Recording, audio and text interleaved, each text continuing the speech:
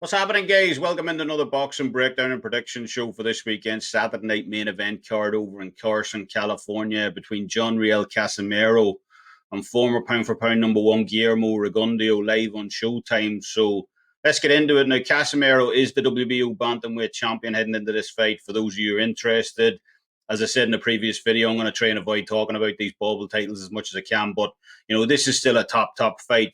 Both transnational and the Ring magazine of Casimero is the third best bantamweight in the world right now, but behind Naoya Inoue and Nonito Donaire.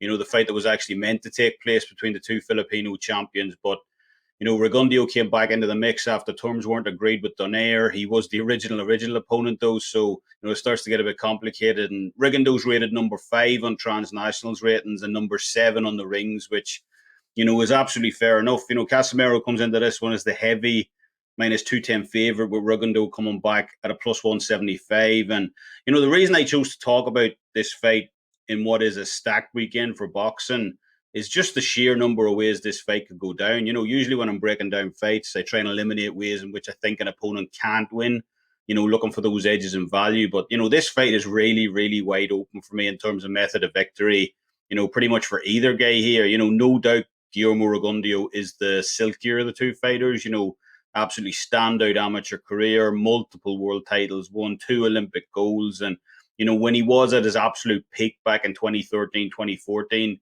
he was probably the best fighter on the planet, bar none. His shutout win against Nonito Donaire, who, as we mentioned previously, is still a world champion at this weight, was absolutely first class. But, Rigondeaux's 40 now, and that fantastic foot speed, an ability to evade shots he once had is kind of badly faded right now. Turn over to Casimero, and the guy's just a straight wrecking ball. 6 straight stoppages in the bounce right now, only 2 of which went past the 6th round.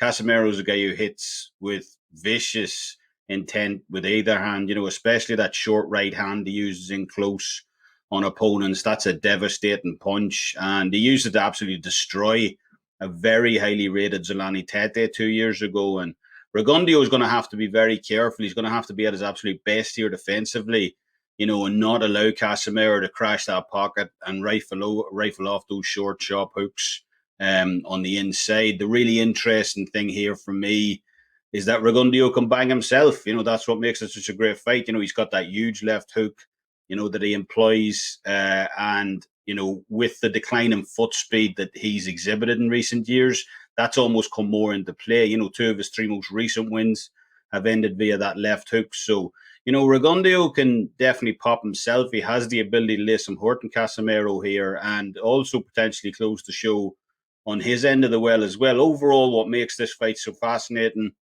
all the possibilities are potential here. Rigondeaux could easily win on points. We've seen that multiple times over his career. He could also get that knockout if he can land that left hook clean. And, by the same token, Casimero also has the ability to win on points here if he can, push the tempo in this fight, potentially score some knockdowns as well. And we all know Casimero could easily close the show either, probably the most likely, in my opinion, as he really has that sort of power. And it could be a very long night for Rigo here if he's forced to soak up some of those heavy shots early. So, all 5 outcomes are live here, including the draw, and none of them will particularly, shock me all that much if they were to happen in this fight. Saying that, the way I'm going to play this one is just to take Casimero on the money line at -210. It is a little steep, but I just can't shake the feeling that Casimero, who's actually got underrated foot speed, will catch up to Rigondeaux at some point in this fight.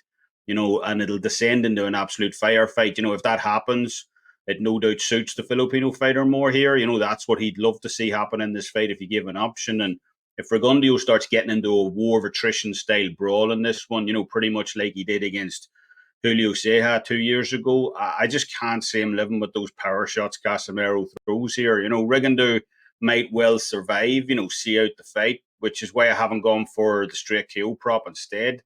But as I said previously, any of the 5 outcomes are realistically possible here, which is what makes it such a fascinating fight to watch. But for the purpose of this video, I'm going to take John Riel Casimero on the money line for Saturday at -210.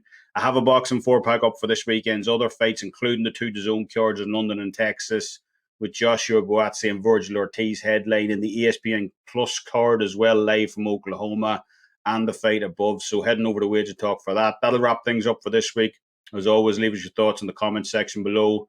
You can also catch me over on Twitter at the SportsWolf83 and at my handicapper page, Kevin Dolan, over at WagerTalk. As always, thanks for listening. Till next time, Slán